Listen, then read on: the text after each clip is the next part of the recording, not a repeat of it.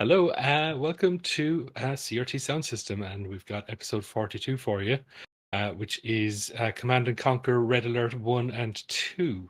I'm here with Reese as always. Reese, how are you? I'm incredible. I'm excited that this is the meme number episode Oh, for yeah. Life, the Universe, and Everything episode. We have a fucking banger Yeah. today. Oh my god! I was doing my prep for this and listening to my little YouTube playlist of what you gave me, and I was just like, fuck this jams so goddamn hard. Yeah. I can't wait. I can't wait. Yeah, absolutely. And we've got a guest, returning guest, Conky. How are you, Conky? I'm doing well. Thank you for letting me pester you into doing possibly one of my favorite game soundtracks ever. I know I said this last Yeah. time, but I'm saying it again, and it's just as true this time as it was last time. The Command and Conquer soundtracks, all of them, easily like one of my number ones for game soundtracks. I still listen to them, and I've been listening to them like almost weekly since I What was like 16. Well, I think that's appropriate because I was watching the Soviet cutscenes to Red Alert, and I was just like, Conky willed this into reality out of the fantasies in his own mind. So It's as far as true. I'm concerned, this is your soundtrack. At least the Red Alerts. It's me. Command and I Conquer One created belongs Westwood belongs Studios. to I its own. founded them. I love Lands of Lore also. Thanks. You're welcome for Dune 2. No, it's definitely. I'm not mega familiar with this series. As I mentioned in the green room at the start, my cousin was a big player of these games, so that's sort of my main experience with it. So when you did initially suggest it, I was like, yeah, whatever, it'll be fine. I'm not mega interested in it, but then I started listening to it, and I was like, this rips. It's just it's incredibly good, heavy, sort of industrial riffs and fucking really good synth stuff. Um, it's just like as I was saying before, some of the best. Like it sounds like the best KMFDM tribute act you'll ever hear in your life. Yeah, Yeah, yeah. It's absolutely. pretty fucking I The good. I wish that I could watch the Soviet Union conquer the United States and have that soundtrack be scored by Nine Inch Nails, and then they made that game. um, absolutely. I was super into the first Command and Conquer, so I was like, okay, I love that soundtrack. I love that game, but then sort of moved on to the Warcrafts and Starcrafts, and I left this behind, and Mm. I would just see like clips of the Soviet uh, thing, and I was like, wow, this rips, but never returned to it. So when we had this on the docket, I'm like, oh, I'm excited about the first Command and Conquer, but I don't really remember the music from Red Alert. And oh my fucking god, I thank you for making me listen to this Conky because this was such a fucking good time. I know we don't have any music from Red Alert 3 on this, but it's just like straight down the line, the Red Alerts.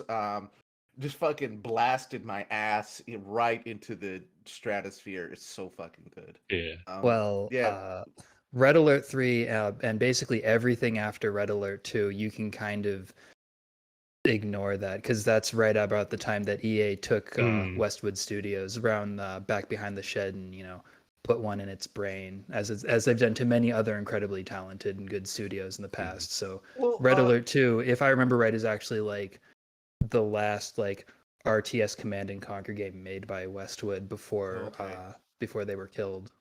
Well, Frank Klepacki has a couple songs on Red Alert 3. So that was the only part of it I experienced. Hmm. So I would include the Frank Klepacki Red Alert 3 songs into your banger playlist. But Yeah. Hmm. yeah, forget the rest. Memory hold the rest. Yeah, and most of it's available on his website as well. So like, Which is great. yeah, he's pretty good for keeping his stuff available. But yeah, I usually Conky, I usually get our guests to sort of explain the game. So let's assume that people don't know what the fuck Red Alert is or what Command and Conquer is. Do you want to give people just a little bit of a brief synopsis of the series and what it's about? Yeah, for the Zoomers in the Yeah. audience. I'll do my best because like I'll be Red Alert 2 is the one that I played the most. I didn't play Red Alert 1, and much to my shame, Tiberian Sun are the first Command and Conquer. So, but I'll do my best. It's an alternate history game. The premise is that Albert Einstein goes back in time and kills Adolf Hitler, and because there's no Hitler, Germany never falls into fascism. The Soviet Union develops the coolest sci-fi shit you've ever seen in your entire fucking life and just absolutely wrecks the world. And they're an unstoppable force and they're incredibly cool. Like that's and then there's some weird stuff where like split timelines. Like there's two different endings to Red Alert 1. Like the ending to Red Alert 1, if the Soviets win, then that leads into the plot of Tiberian Sun, and if the Soviets lose, that leads into the plot of Red Alert 2. The end of the Red Alert 1 campaign, Soviet campaign, if you win, is Kane killing Stalin. Or maybe the underling kills Stalin, and then Kane kills that one, and it's just like, that's right, motherfuckers, it's been me all along. Yeah, it was so me, it Austin. loops it together in a very silly way. Yeah, yeah. I guess the idea is that Kane is supposed to be a clone of Rasputin. This is like deep nerd lore shit that like nobody is gonna care about. Kane is the villain of the first one. The first one has a much more boring, sort of allied versus fascist, who they called Nod analog. It is which I think is transplanted much better as, you know, the Allied versus Soviet in Red Alert. But it's essentially the same vibe. Yeah. Sorry, go on. I apologize for interrupting. No, that's basically it. It's alt history, but like and I said this before, like kind of in the green room, which is this is one of the few game franchises that I've noticed that like Twitter Nazis haven't like co-opted and built their entire identity around. Like you see lots of Twitter Nazis who spend like all day like memeing out like how Hitler could have won World War II in Hearts of Iron or whatever, but like none of them have done the same thing with Command and Conquer. And I think that's mostly because Red Alert makes the Soviets look incredibly cool and badass. And that's sort of like anti-fascist. You know, that's right. So playing Command and Conquer Red Alert 2 is anti-fascist action, and if you want to be a good ally in the fight against global fascism, you need to pirate a copy. Don't give your money to EA. Pirate a copy of Red Alert 2 and play it right now. Yeah, absolutely. That's correct. We endorse that officially. As the Irish government endorses us officially. That's a And also, it's like it is the official Antifa super soldier training program. 100%. So when all the sleeper agents are activated, Yeah, I will say like the opening before I shut up about the game and the plot of it. The opening in the game intro for Red Alert 2 is one of the coolest things I've ever seen in my life to this day, which is just like giant blimps with hammers and sickles flying over the Statue of Liberty. It whips ass so hard.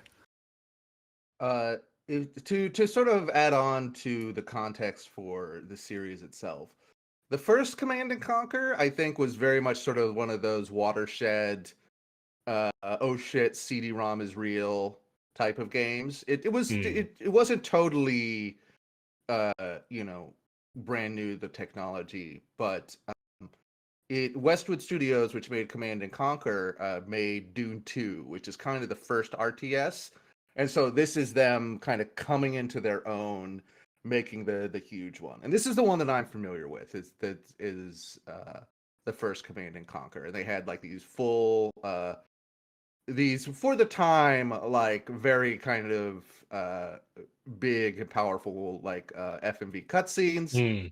And it had sort of like really above average sort of like streaming CD audio at the time, which is why sort of the soundtrack hit so hard.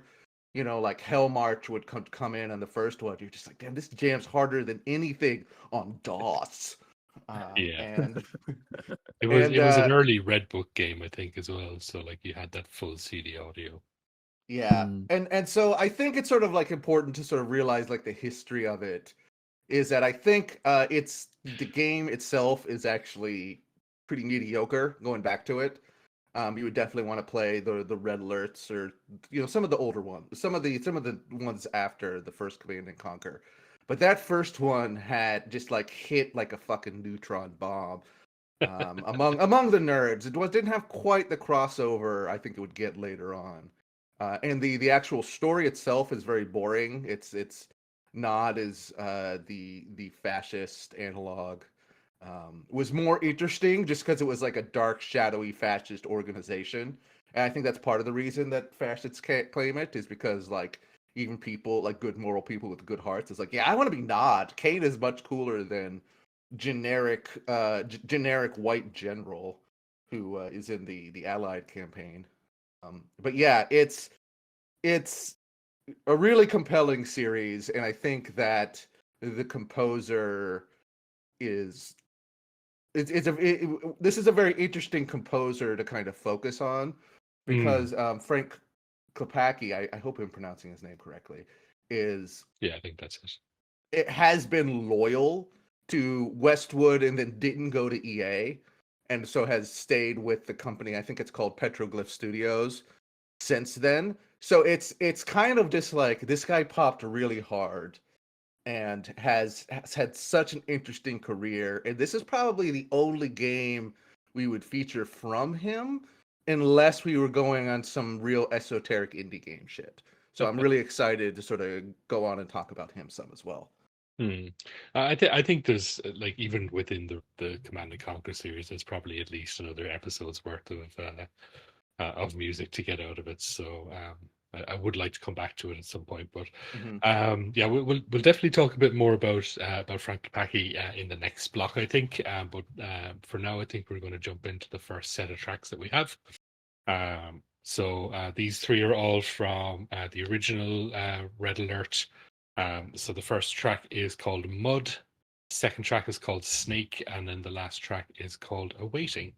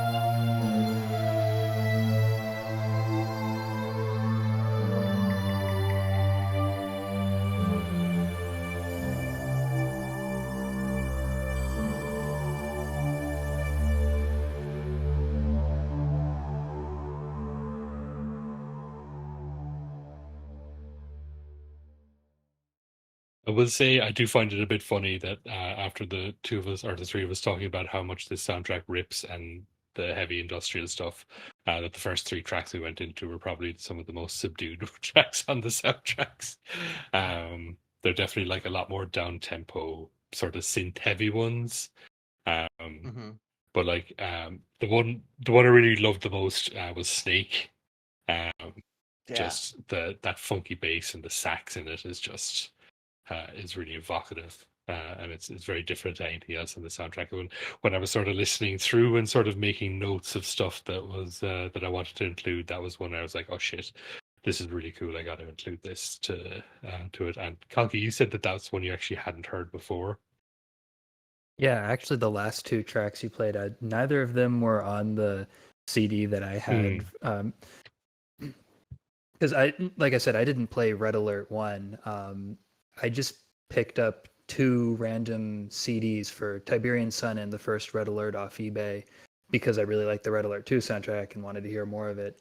And so that's like, my exposure to those soundtracks. So anything that wasn't on like the discs that came out with the original releases, I probably haven't heard before. So yeah, it was a fresh experience for me. And it's a really good track, and I'm sad I missed out on it all those years because it's an absolute banger. Well, Frank Klepacki's number one love, he said, was funk.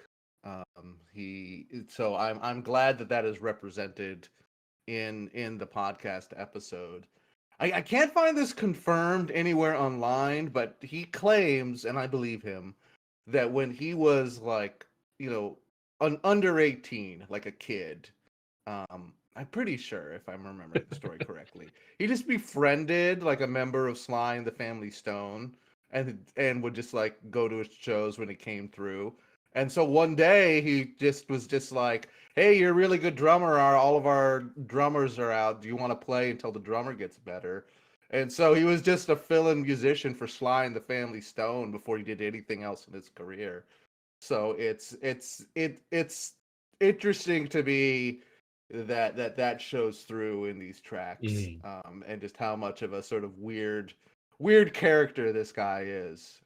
Yeah. And he was like, it was one of the most impassioned, in like the interview I was watching, it was one of the most impassioned moments where he was just like, yeah, and I saw Woodstock the movie, and Sly and the Family Stone blew them all the way and moved them like no one else did, and I wanted that. And so it was like you could see that it was something that he was super duper into. Mm-hmm. And it shows to me he's one of those guys that has just been like worked at this studio his whole life and has been doing nothing but learning new instruments and being kind of like the ultimate sort of studio musician for this company. It's really cool.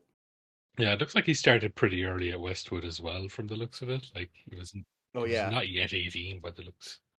Yeah, so like it seems to be a bit of a child prodigy. Um, and the more I look into him, the more it seems, and especially because you mentioned you brought up the specter of Tommy Tallarico earlier before the show. Oh In many gosh. ways, he seems like the anti Tommy Tallarico. Where he has actually done a bunch of very cool shit and was, one of the first people to do a lot of stuff, but doesn't fucking go around saying that he did it. He's just sort of like just this quietly competent, um, sort of genius, which is an Yeah, interesting in the comparison. interview, in one of the interviews when he mentioned Tommy Talrico, he's very polite about everybody, but like he's much more sort of like complimentary to a lot of people. And then he brought up Tommy Talrico, and he's just like, "Yeah, I crossed paths many times with Tommy Talrico, and we did a lot." And it's just like very clearly like Tommy Talrico has the what is it? Video Game Music Live. Yeah. And so Yeah, he's yeah. involved. He's done a lot of Red Alert stuff with that, Mm. and so it seems that like he's being incredibly diplomatic because he likes he liked that, at least at the time of the interview. He liked that. So Yeah. I'm gonna email Frank Klepacki and ask him what he thinks of the H Bomber Guy video. But I mean, in this like MTV Cribs thing, which Tommy Tallarico famously faked, according to I would love to see an actual studio tour of like Frank Klepacki's studio, just to see all the different instruments and synths he operates, because you know that guy has like 1,000 different synths that all have like exactly one thing that's different from the other one. Yeah. Yeah. But it's incredibly important for like one track he was working on. Well, he says too that he mirrors everything at both his work and his home. So yes, he can have like just a flawless workflow. He's like, if I get a license at home, I get it at work. If I do something, get a piece of equipment at work, I get it at home. Yeah. So it's essentially like it would mirror the office tour Yeah. at Petroglyph Studios at this point, which I'm sure does have a ton of random stuff because he's clearly like has a great mastery over the a bunch of different instruments, and talked like during the early Command and Conquer days how he was how he didn't necessarily pioneer technology, but was like one of the first people to sort of like create this workflow, this like digital workflow, so wouldn't have to rewrite the song every time he got notes from the studio. He could just sort of like put it in the sampler and kind of like create something longer or do something with it. You just to like because we just needed to save that time. Otherwise, it was going to take me 10,000 years to load it through the different systems. So I agree with Conky that he's probably got a crazy setup and probably got a crazy storage facility where he's just like, yeah, this is $300,000 worth of sampler equipment from the 90s that is not useful anymore. And one thing actually that worth mentioning, because it's something I do want to sort of do an episode on in future, is like he has a band called the Tiberian Sons, which basically just seems to be out there playing his music from these games, sort of in their best possible light. But I just I do love video game bands as a concept. Like this, the Frank Klepacki, the Tiberian Sons, and Nobuo Uematsu has the Black Mages, and I love guys just being like, I wrote a bunch of music that is sort of in tribute to certain styles of music that I love. In Frank Klepacki's case, it's industrial music, and in Uematsu's case, it's prog rock. But like that, they're like, okay, so now that I've sort of done it in the studio, I want to be able to take this out on the road. And I really like that with video game stuff in particular. Well, it used to be that not until the remaster, some of this stuff wasn't available on CD. Like we've talked about, how you couldn't find like some of the expansion music. So the only way you would hear stuff from like Yuri's Revenge was if you went to go see the Tiberian Sons, or had like listened to the shitty YouTube rip. Yeah. Yeah, like the game, because they compressed the shit out of the audio for the game releases, because it was obvious when you went from like the CD rip to the game rip, when it went from like FLAC or whatever you ripped it to like 160 kilobits per second wave. Yeah, because so it's even with your with the ability to do Red Book audio, you're still sort of constrained by space. So you can only put so much high quality audio on a disc before you start running out of space to put the actual game on it. And when they did the remaster, that was incredibly invaluable. It sounds, in terms of, at least from Frank Klepacki's perspective, that it wouldn't have gotten nearly the same kind of treatment, because all of this stuff wasn't around except on one of his computers, and the stuff that the masters he couldn't find on the computer, he would just like, he was talking about, there were like months when he was just sit and listen to every sound file in his library, trying to remember what the correct sampler was for this song he's trying to recreate. He's like, okay, we found it. Now like another 48 hours of trying to find the next track down. And so it really, I really appreciate that it's just sort of like, this guy is Westwood music and Command and Conquer music in like a way that it's not like you don't find elsewhere, but it's like so specific with this guy that No. I can't help but love him a lot. Oh, yeah, absolutely. And to bring the conversation down and make everyone depressed and sad, like that was the exact moment when you knew that like Command and Conquer as a franchise was kind of dead. Was right after they closed Westwood, they released Command and Conquer Generals, which did not have Frank Klepacki music, and further was just sort of had none of the spirit of Command and Conquer, like none of the like cheesy over the top fun. It was like a very like it was a very video game made in the height of the war on terror and all that implies. Yeah. No, I never played that one, but I think when they went back to 3, I think they did sort of try and recapture that to some degree. But yeah, I think Yeah, they did for sure. yeah, I think it Yeah, seems. Oh, go ahead. well, yeah, with 3, that you had like, J.K. Simmons and you've got George Takei, just really hamming like, and like obviously the head of the Soviet Union, you've got Dr. Frankenfurter himself, Tim Curry.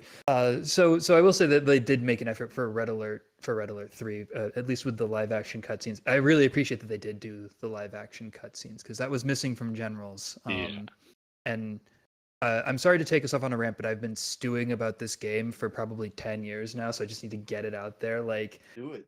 It's one of the like least fun RTS games I've ever played, and it's just like, to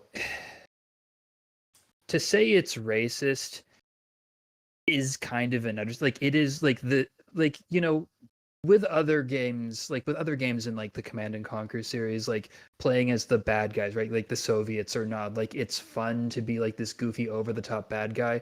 But the villains in Command and Conquer Generals are like a conservative cartoon of Al Qaeda that got released right after the invasion of Iraq. Like that's the bad guy. It is genuinely like that racist.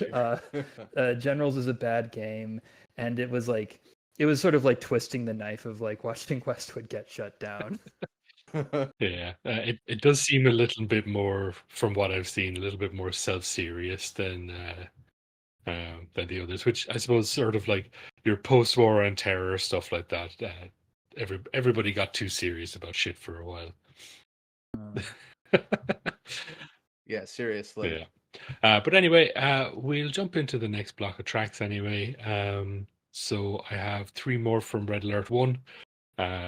These ones are a little bit more on the heavy side. So I have Twin Cannon, I have Bigfoot, and I have Crush.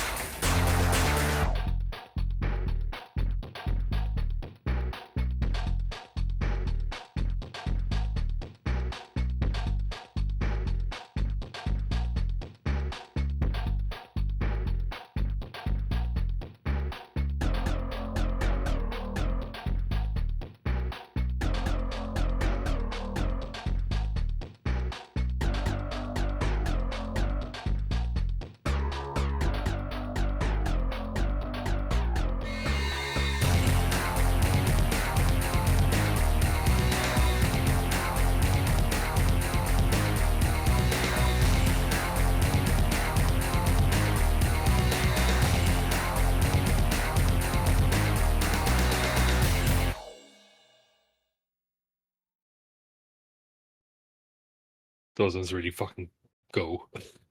Seriously. Yeah. Yeah, the Bigfoot as well is just like is such a it's just a stormer. I fucking love it so much.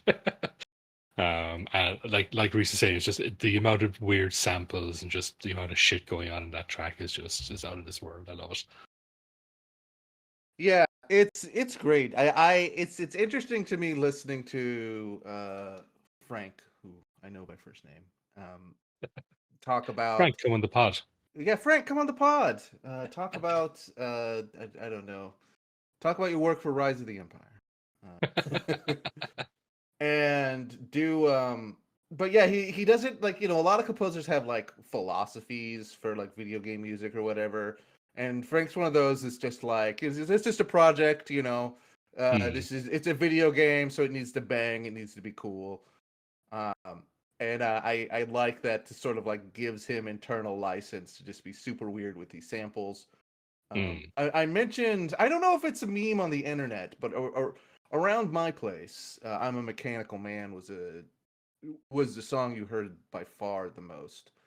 Um, and just because it was sort of like the most epic in terms of use of the samples or whatever. But it's like, I like that song, but I was okay with that we didn't cover it, because so many of the songs already contained that vibe of just being like such fun sampling. And I don't know, just sort of like this, for lack of a better word, sort of like the video game epicness of the mid 90s, Hmm. really honed into the perfect banger.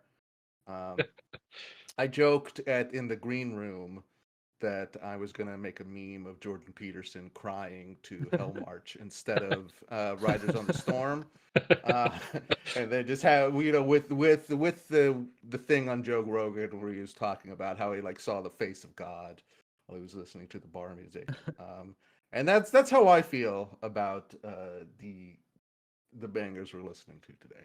I'm not familiar with that clip, but like it's the funniest thing in the world to me, that like the thing that makes him see God is listening to the fucking Doors. It's like he's got the brain of a 13-year-old boy. Like that is pure, like, I've smoked weed for the first time and I'm 13 and somebody's gone, oh man, have you ever heard the Doors when you're stoned?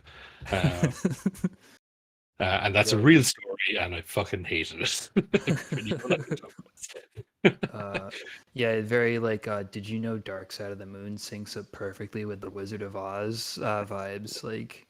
Yeah. Like no, what we need is the image of Slavoj Žižek where he's like sitting in his bed with his arms crossed defiantly with like the image of Stalin over his head, but to like replace that with like Yuri from Red With Alert. Yuri.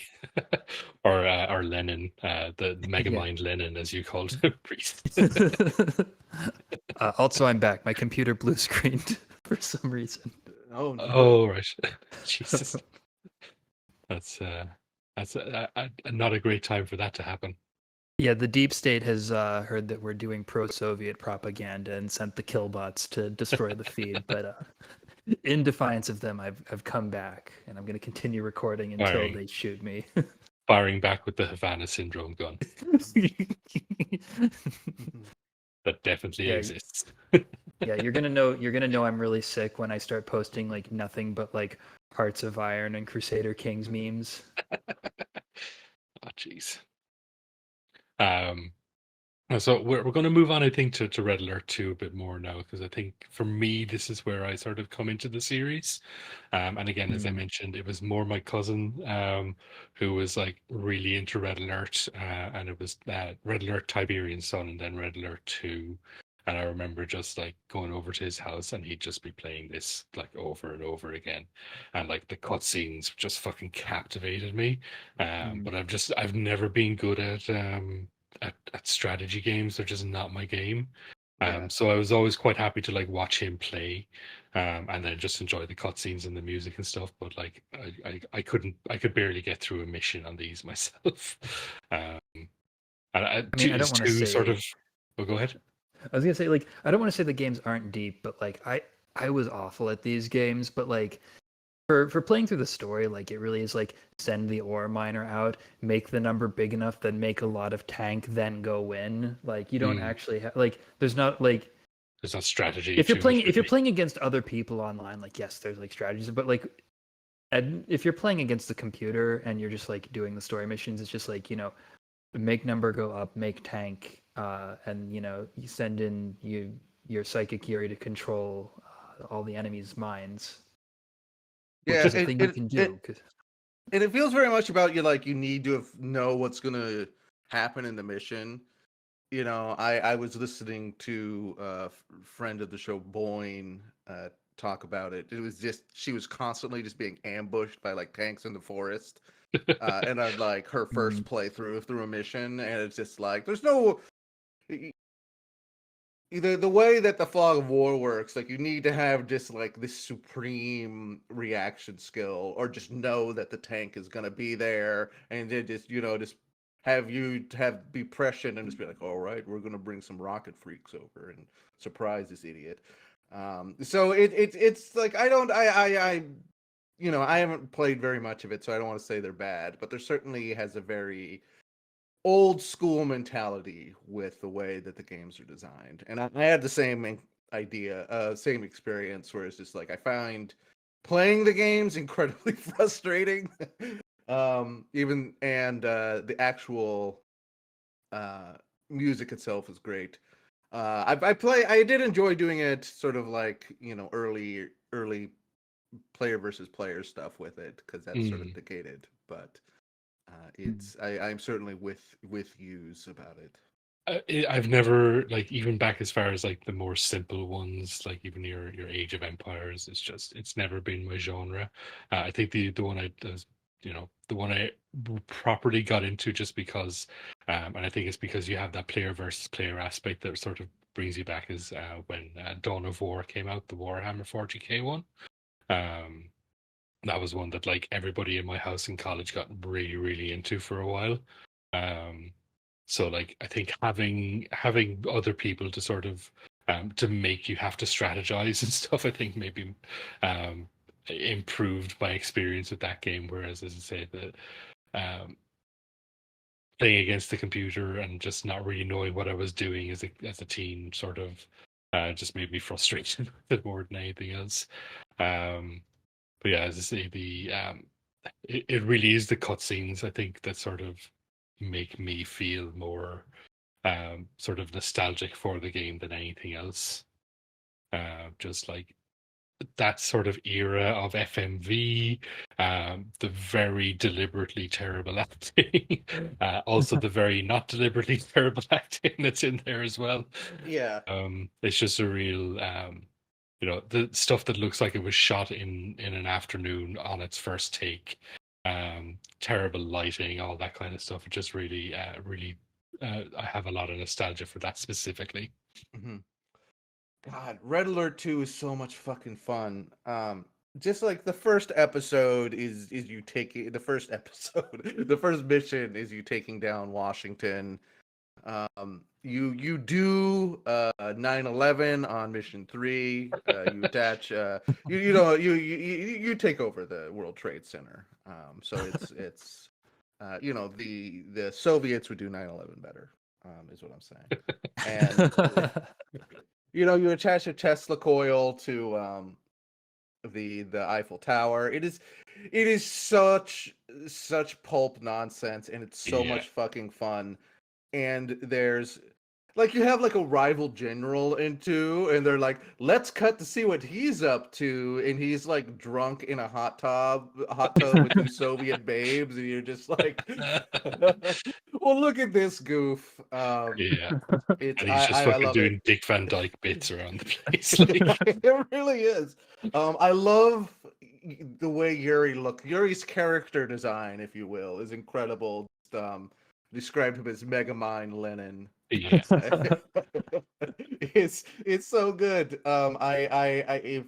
If you don't play Red Alert 2, you have to search Red Alert 2 all Soviet cutscenes on Yeah. YouTube and get ready for the greatest fucking 25 minutes of your life. Yeah, it's so fun. And you even get a bit of Ray Wise in there as well, which is always enjoyable. 100%. Yeah, it's the Ray Wise bit is so good because he's like after Washington has been owned, he's like, we're here in an undisclosed location, and then like the military guys behind him accidentally drop the Canadian flag that they were trying to remove off camera. It's like, Oh, fuck, I forgot that scene until you like unlocked that memory in my brain just now. That's like one of the funniest bits. It's so good. It's so good. Anyways, nothing to do with the music, but it's incredible. Yeah, it's fantastic. Yeah, so we'll jump into some tracks from Red Alert 2, I suppose. So I have three here from Red Alert 2. First track is Eagle Hunter. Second track is Jank, and then the final track, one of my favorites, is In Deep.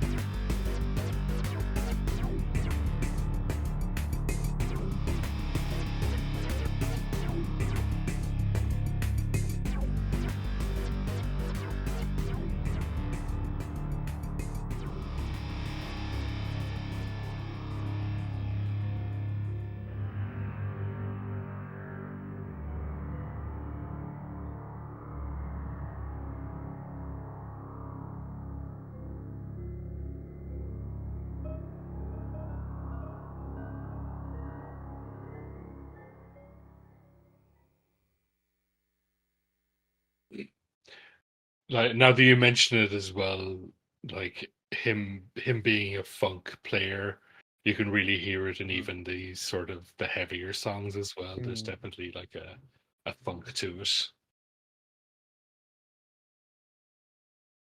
Yeah, I feel like immediately learning that he was a drummer first, Mm, uh, unlocked a lot. Uh, because there are two types of musicians. There's drummers and everybody else. yeah. And Well, I probably mentioned this if during the Spyro episode as well, but just like in general, like if you've got a band, the drummer's usually the best like all round musician in any given band. Like it's just like obviously if they're a bad drummer, that's different. But like if you've got a good drummer, that drummer is probably going to be the best all round musician.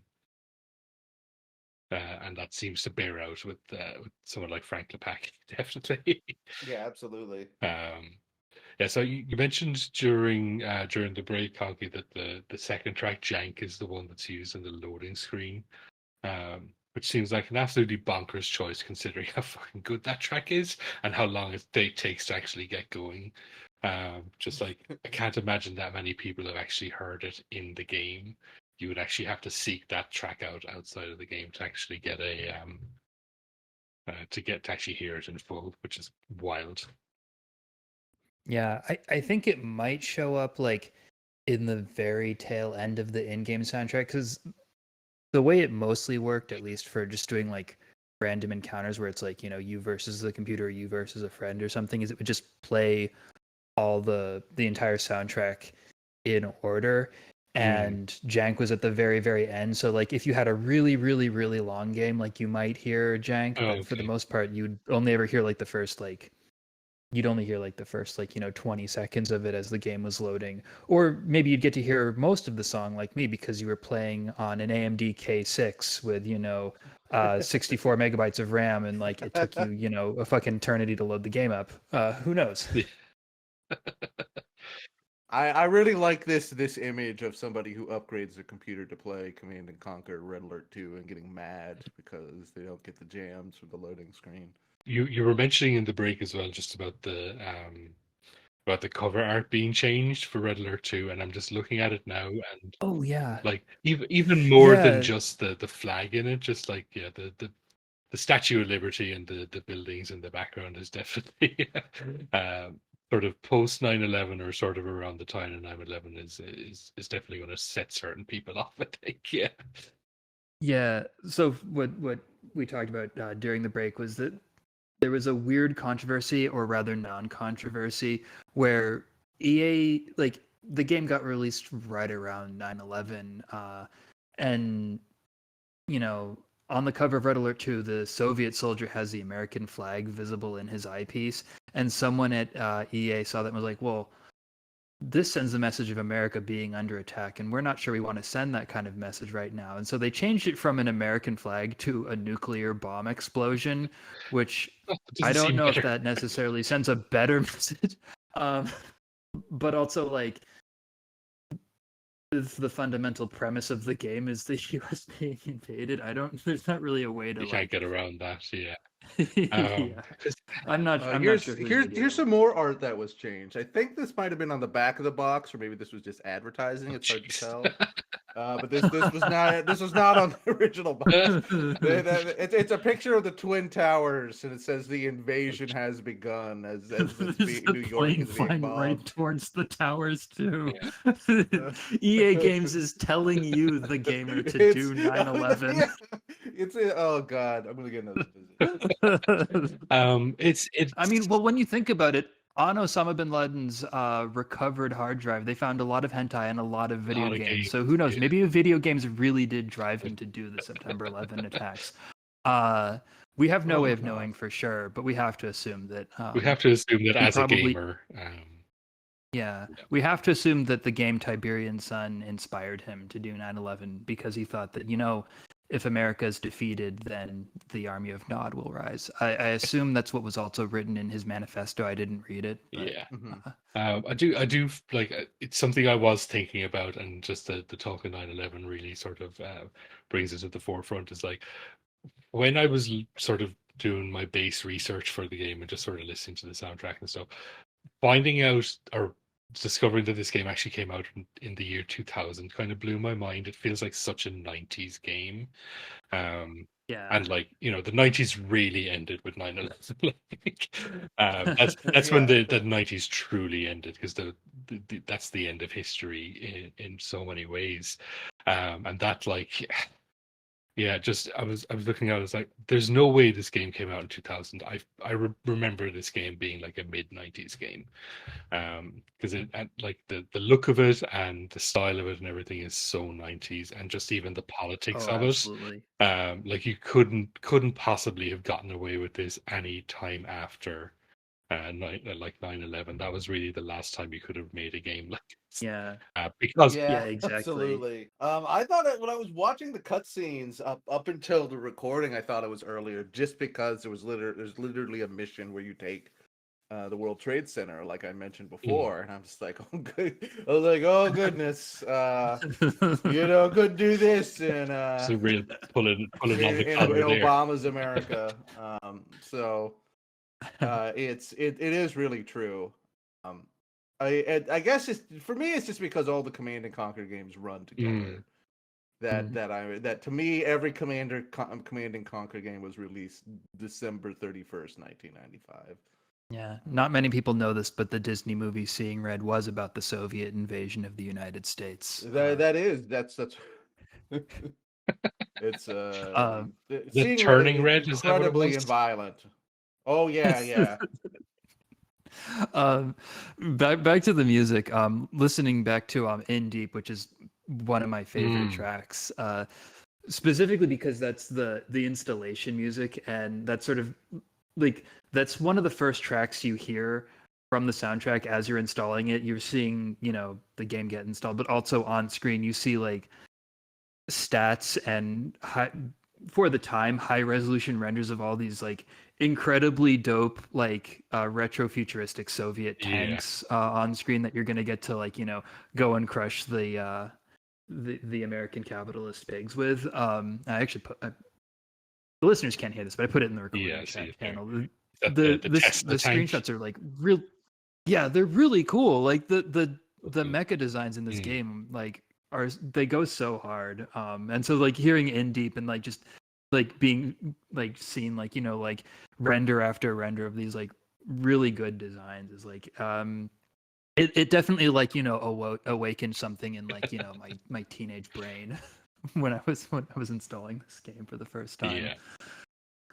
No, the Tesla stuff is so cool, because like I mentioned it during one of the breaks, but like discovering that Tesla coils were real, um, when I was sort of in my later teens, just fucking blew my mind, because I always thought they were the coolest shit in these games. Um, Hmm. and they were fairly far down the tech tree, as I recall, as well. So like by the time you were getting them, you were just fucking absolutely tearing paths through any enemy resistance you had, at least in the single player game. Um, but like, yeah, then you were saying that there's like a couple of them in Boston in the Science Museum that they just sort of set up every Yeah, now and then. yeah. So there wasn't.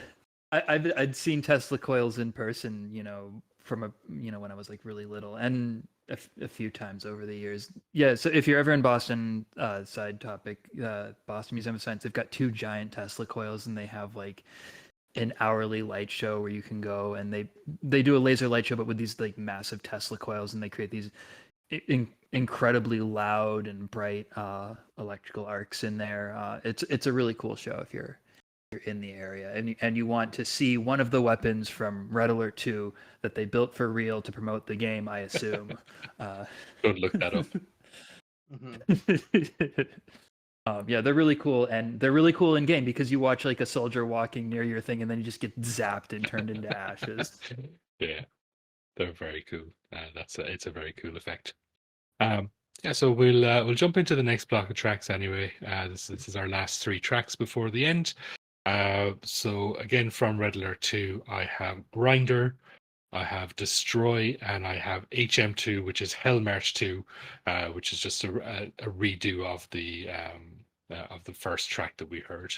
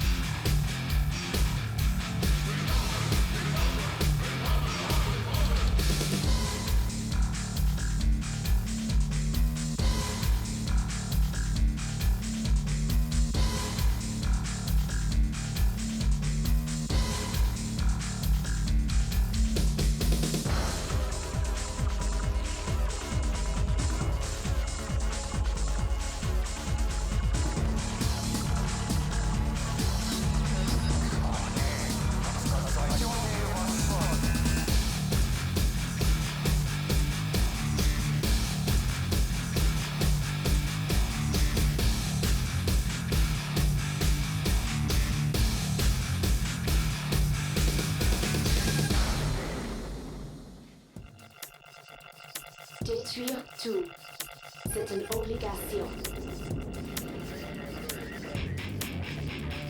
Détruire tout, c'est une obligation.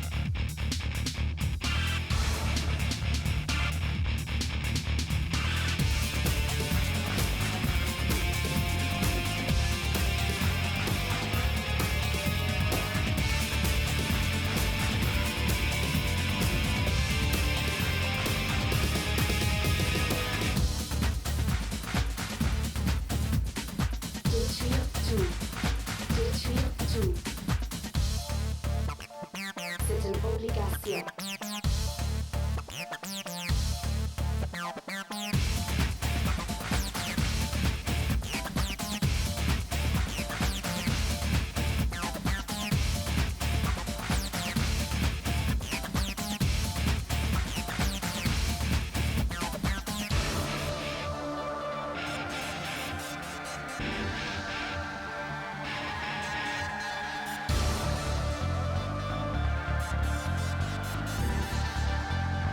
C'est une obligation.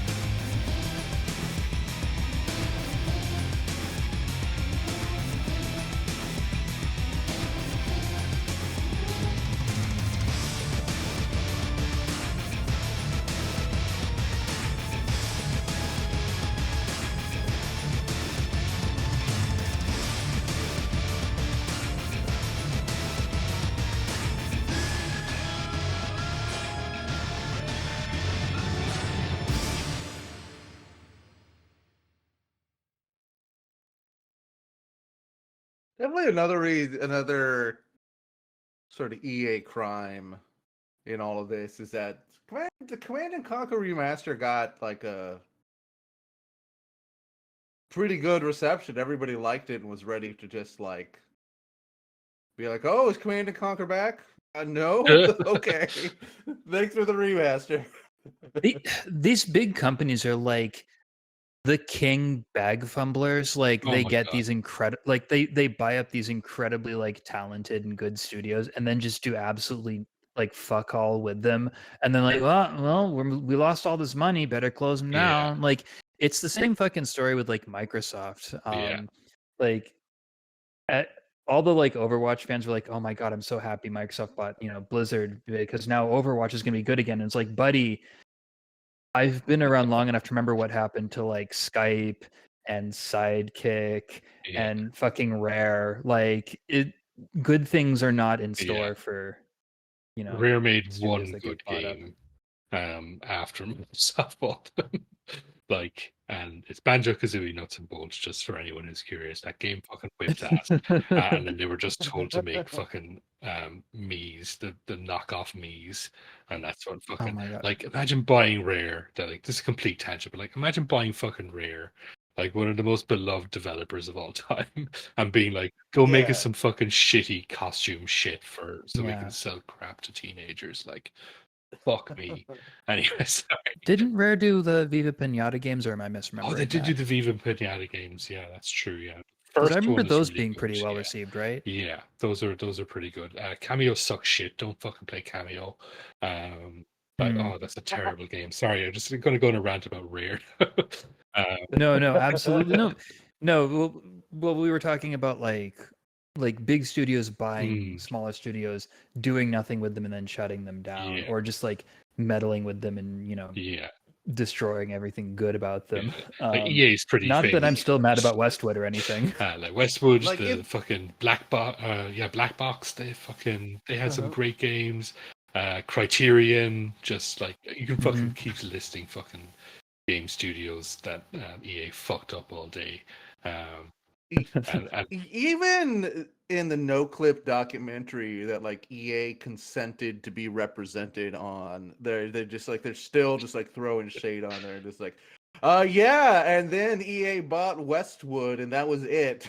And it just has like the people from Petroglyph Studios just being like, yeah, I sometimes I wonder what how my life would have been different if I had been tasked to work on the Lord of the Rings RTS instead of doing what I wanted with my life. uh, And so it's pretty funny that just like EA is just sort of shrugs or just like, yeah, this is what we do. So yeah, we're not sorry.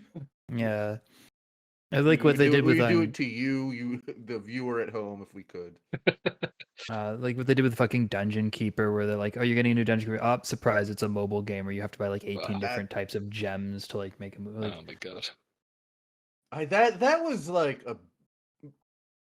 I almost I don't respect it, but that's almost like a bit. It's like a hard drive yeah, article. yeah, it's that's like the Metal Gear pachinko machine that yeah. It almost feels like satire. It's so like, yeah. But anyway, let's talk about some of the tunes again. So yeah, the second version of Hell March, and we were talking there about how like in pretty much all the red alerts, there's a different version of Hell March, which is a cool little sort of way to connect each of them together. But it's like compared to the first one, it's like you get the really heavy riffs and stuff like that, but like you can really hear the difference in like recording quality and sort of recording techniques in just the couple of years between Red Alert 1 and Red Alert 2. And hmm. I love when games sort of allow you to sort of see the evolution of a track like that, because it's something we do talk about a lot in the pod of sort of like um tracks evolving as they go from like one sort of type of like sound chip to the other ones. Like we had it a lot with the last episode of the various ease games. And how you can, because they like to reuse tracks a lot, and because they like to remaster all their games a lot, you do get to hear all these different sort of takes on it, and and sort of see how different sound chips handle the sounds better or worse. So it's always really cool to get these tracks that have that sort of echo across a series, so you can sort of really see where the music started and where it finishes. Yeah, one of the things that's like really striking about with a lot of the Red Alert 2 tracks is like the stereo separation of the tracks is really good. Like you don't get that in a lot of the earlier things.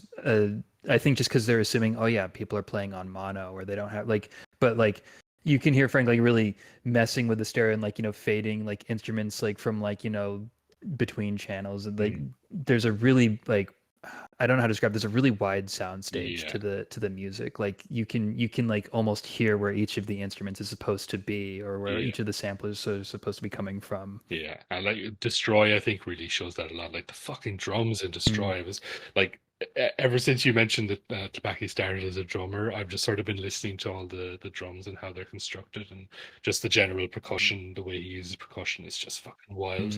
Like Destroy has like it starts off with the Morse code, and then it sort of builds into these break beats and shit like that. But yeah, like the stereo separation and the way that he uses sort of the sound stage is really really interesting, and like Destroy, like I don't have a lot to say about it as such, but it just fucking rips so hard. It really does. Like as I was saying, I'm just trying not to fucking headbang into the mic while listening to that.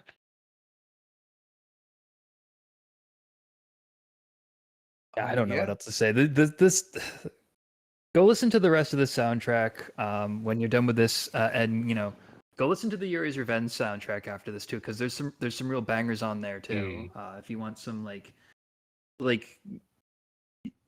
I know we're only talking about like the tracks that we heard here, but like Transylvania I would off definitely Yuri's recommend Revenge tracks to this too, of other shit for sure. Yeah.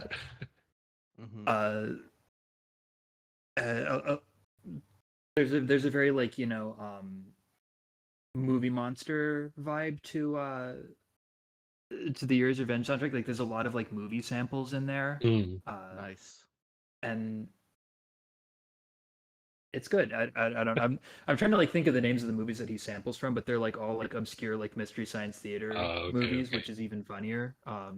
Yuri's Revenge was Frank Pilecki's listed favorite Red Alert. So Very cool. Red Alert 2 with the expansion. Very cool. Yeah, he goes a little wild with that one, with like the mad science theme, because the plot of Yuri's Revenge is Yuri takes over has his own like breakaway version of the Soviet Union, and it's all like mad science shit, like mind control and Dr. Frankenstein. So and the soundtrack reflects that, and it's really good. So highly recommend checking that out too. Very cool. Yeah, a lot of it's on absolutely. Spotify and other streaming services, and you can find a bunch of it on Frank Klepacki's website as well. So like, it's unlike a lot of stuff that we have that like this stuff is very very easy to find and very easy to listen to, and well worth your time. Like the man is very prolific. Yeah, I highly recommend just going to frankklepacki.com and going ape shit, because it's got he's just got, like you said, he's just got everything on there, and I didn't explore too much, but it's just like these Lands of Lore soundtracks and stuff. It's the Dune 2 soundtrack fucking Dune 2 bangs. whips. Yeah, I fucking love that soundtrack. And so it's really a one of those virtuosos, one of those masters at work. And it's the sort of thing where it's just like I have never imagined wanted to pay attention to Grey Goo, the video game, and now I'm kind of looking at it. You know what? I bet that's the most Grey Goo ass soundtrack I've ever heard. It's going to be fucking great, the best Grey Goo music you've ever heard in your fucking life, whatever it is. Yeah. So yeah, we're going to finish up. So I suppose, and thank you again for joining us, Conky. We had a lot of fun talking about this soundtrack, because it's one you've been sort of bugging me about since I started. But I was like, I've been in your DMs weekly. Like, so when are you gonna do Red Alert? When are you gonna do Red Alert 2? Absolutely, yeah, and definitely well worth doing. And we'll probably come back and do some more Command and Conquer stuff in future, or if not Command and Conquer, definitely do a bit of a survey of Frank Klepacki overall. That's something I definitely want to do in future. But do you have anything you want to plug? Anything you got going on? Where can people find you on the internet Uh, and so on? I'm unlike everyone else you have on who's like, an expert in something or like, has like other media they do. I'm just some guy. My name is Conky on basically every platform, Discord, Twitter, Blue Sky, Mastodon or whatever. The only thing that I have going on is right now I'm in a project with a friend of mine where we're reverse engineering the shells of various Tamagotchis, and we're going to be making custom 3D printed resin replacement parts in like some cool That's colors cool as that hell. they don't normally do stock. So like eventually in like, 2 or 3 months after I've printed like, 50 prototypes of like the Tamagotchi uni shell, and we have a version that's like, production ready. Maybe I'll plug in Etsy store or something, but I mean, a Tamagotchi compatible shell that is not in any way, the Bandai Corporation. I respect you and I love you. Please don't sue me. But like, yeah, I'm otherwise, yeah, just follow me on Twitter where mostly I just like complain about traffic. I don't know. Now that's cool as hell. Like I love that shit where it's like, um, it's only for a very very small and specific audience. But if it wasn't for the fact that somebody is doing it, all of this shit would just be fucking falling apart. So like Mhm. I commend your work here, Conti. That is fucking cool as hell. I will never ever touch a Tamagotchi in my life, but like fuck me, that's such a cool thing. Like I love that's what I love about weirdos on the internet, where you're just like, here's a really fucking obscure thing that nobody else gives a shit about, but I am going to fucking dedicate some of my time to this shit. Like that fucking whips ass. Well, As thank you. as a someone who yearns for chaos and destruction of all, I condemn your efforts to keep the infrastructure of culture and our aging systems together, Conky. But thank you for being on the show. Absolutely. Thank you so much for listening to this music. I mean, I know like the Command and Conquer music is like really popular Mm. and a lot of people like it, but if there's even one person out there that hasn't listened to it and listens to it because of this, I'll be happy. Absolutely. Well, That I is think the too. driving philosophy behind a lot of my episode choices. Or I'm just like, I want one new person to be like, I've never heard this before, and I fucking love it. Like that is good to me. That is what this podcast is for more than anything. No, I think this was essential because I think that until we had Alton on for the seventh time and he did the Lands of Lore soundtrack, we would not have really Mm. discovered Frank Klepacki, who's fast rising up to become one of my Mm. favorites, just because Mm. his humble attitude, the light side Tommy Talrico, Yeah, as I like to express. So thank you so much. Fantastic. yeah. Anyway, Reese, what you got going on at the moment? I mean, usual stuff. Find me on Twitter, Twitch, Blue Sky, Reese V Writer. Check out my podcast, Existential Warfare, where I have one episode every 6 months. And check out Video Games Are the Worst Thing on Earth, a podcast where we say edge case things about leftist politics and video games, and that's And it. Conky's been on that a few times as well, haven't you, Conky? Yeah. Absolutely. Conky's been on the most important episode of all Oh my time, god. the movie Bob the the movie Bob summit Yeah. Uh, That's gonna be episode. the one thing I'm remembered for after I die. Like people are gonna be at my funeral, like like my grandchildren will be there, and they'll be like, "Yeah, who gives a shit about any of that?" Remember that one time he dunked on a mediocre book? I mean, I feel like there's so much stuff about movie Bob out there, and I feel like we got to the heart of it in a way no one else ever I think you had really, to. So I don't want you yeah, absolutely. to so I don't want you to discount your Yeah. achievements on that. So yeah, check out if you're gonna check out anything, check out the Bobonomicon episode of Video Games Are the Worst Thing on Earth. where Conky and Alton and I forget who was on that, just 1,000 Kay. people, just get and Kay get. I was like sick at the time, and I didn't read the book, and so I was just like absolutely psychically sandblasted by all this information over a 3 hour recording. Well, it was like a 6 hour recording edited down to 3 hours. Jesus. Yeah, no, my wife was like really pissed off at me after we recorded that because I was like getting progressively drunker and angrier and louder from like the bedroom I was recording in as we were going. I'm sorry to hijack like the podcast to talk about like fucking movie Bob after we just like listened to nothing but Red Alert 2 music. No, that happens in all of our Yeah, social we've spaces. become too yeah. Oh, and I was actually recently on an episode, or maybe sometime in the future. I don't know when that's going to be edited and coming out. But I will be on an upcoming episode of Big Afro. So look out for that as well. We had a Patreon episode that had been in the can for a while, so that needed to Yeah, get unleashed. the Patreon episode was good as well. So I enjoyed that, and Madra's telling of the Shadow the Hedgehog story. Yeah. But yeah, as for ourselves, we can be found on Patreon these days. So if you go to patreon.com/CRT Sound System, you can get higher bitrate downloads and bonus episodes. I'm planning quite soon to do a new trance playlist episode. So that'll probably be out before the end of this month.